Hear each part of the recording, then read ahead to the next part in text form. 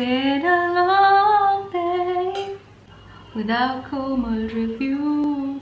I bought a couple of products from mamaearth and I just want to review them. I'm gonna start off with the one that I hate the most, and this one is ironically called the mamaearth Ultra Light Sunscreen. Why do I begin with this sunscreen? It does not feel heavy when you do apply it on your hands or your face, but the thing is you have to rub it in a lot, and I mean a lot, when you're trying to apply this on your face. And for some reason I've used it in different weather conditions, in winters and summers. It just doesn't work. It's one of those things that you keep on blending in, but it just does not blend in. It doesn't really give any white cast, which is a great thing, but it stays on top of your skin like a film of oil, which I don't understand how that works. I dislike this sunscreen so much that I do not want to apply it on my face.